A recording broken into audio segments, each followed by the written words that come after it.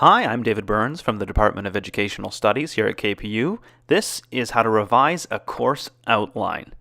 First of all, you go to our.kpu.ca, our Kwantlen, and then in the top right-hand corner of the menu bar, there's a link that in this case here is colored differently than the ones beside it, called Resources. You go there and then down to Course Outlines, which will give you 3 different libraries. The first one at the very bottom there is basically archival and doesn't matter when you're doing your course outline revisions, essentially. The one above it is where we store our active live curricula, the things that you need to look at before you teach a course. And the menu above that is basically the sandbox, the place where we prepare documents to be approved by our committees and eventually implemented in the main library. That's the development system. And to revise a course, that's where we're going. Here it lists out, instead of the faculty's, individual departments. So for the sake of this demonstration, I'll scroll down somewhere and go to Fine Arts, and we'll revise one of those courses. It's got the list of courses, the date that it was implemented or the most recent version was created, as well as the dates that it's modified, who modified them, and so forth. There's a little drop-down menu if you hover your mouse here that gives you a few different options, such as deleting the item and so forth. Some of these won't be visible for everyone. There's different levels of permissions and so forth.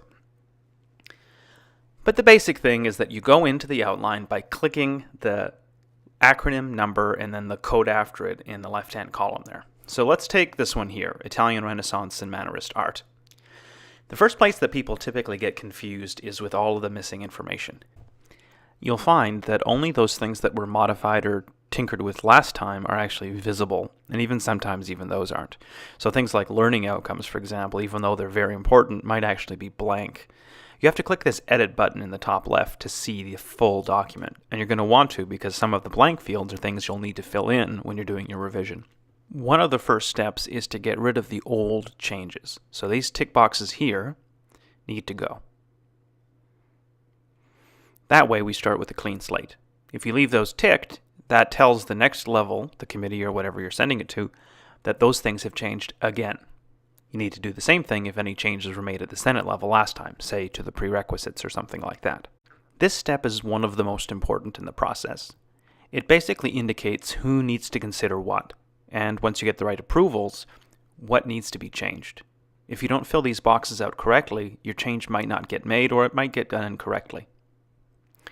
The implementation date, once a year, is always in September, so if I was revising right now, the next one would be September 2017. I'll click that there. And then I'll decide, okay, is this a new course? If so, who's the developer? The original developer in this case. Or if it's just me revising an existing course like it is now, I could put my name in here. Both of those fields are optional. They just help us to track down who to ask questions to and things like that in the future. They don't need to be filled in.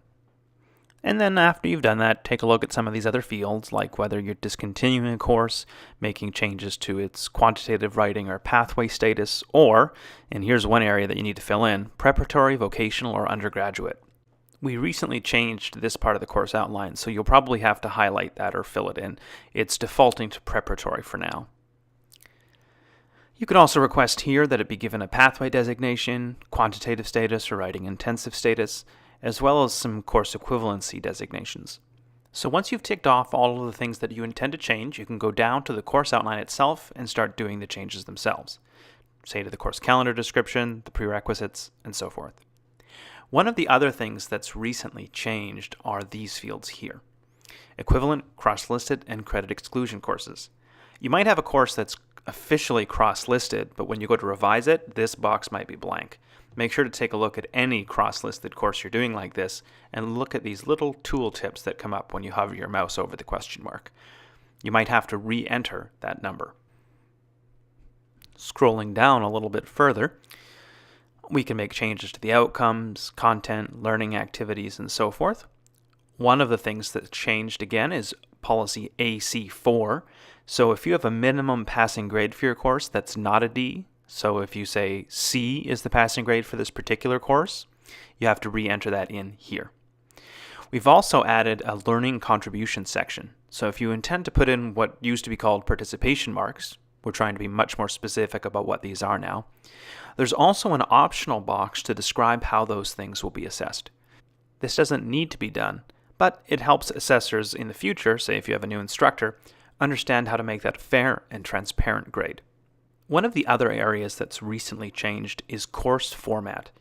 We've had to have many more conversations recently about blended learning, online learning, classroom-related learning, and so forth. And so there's now an optional field called course format where you can identify for future instructors how the course is intended to be offered. This area here is where you sign off on the course once it's complete, but that will get started and managed by your dean's office.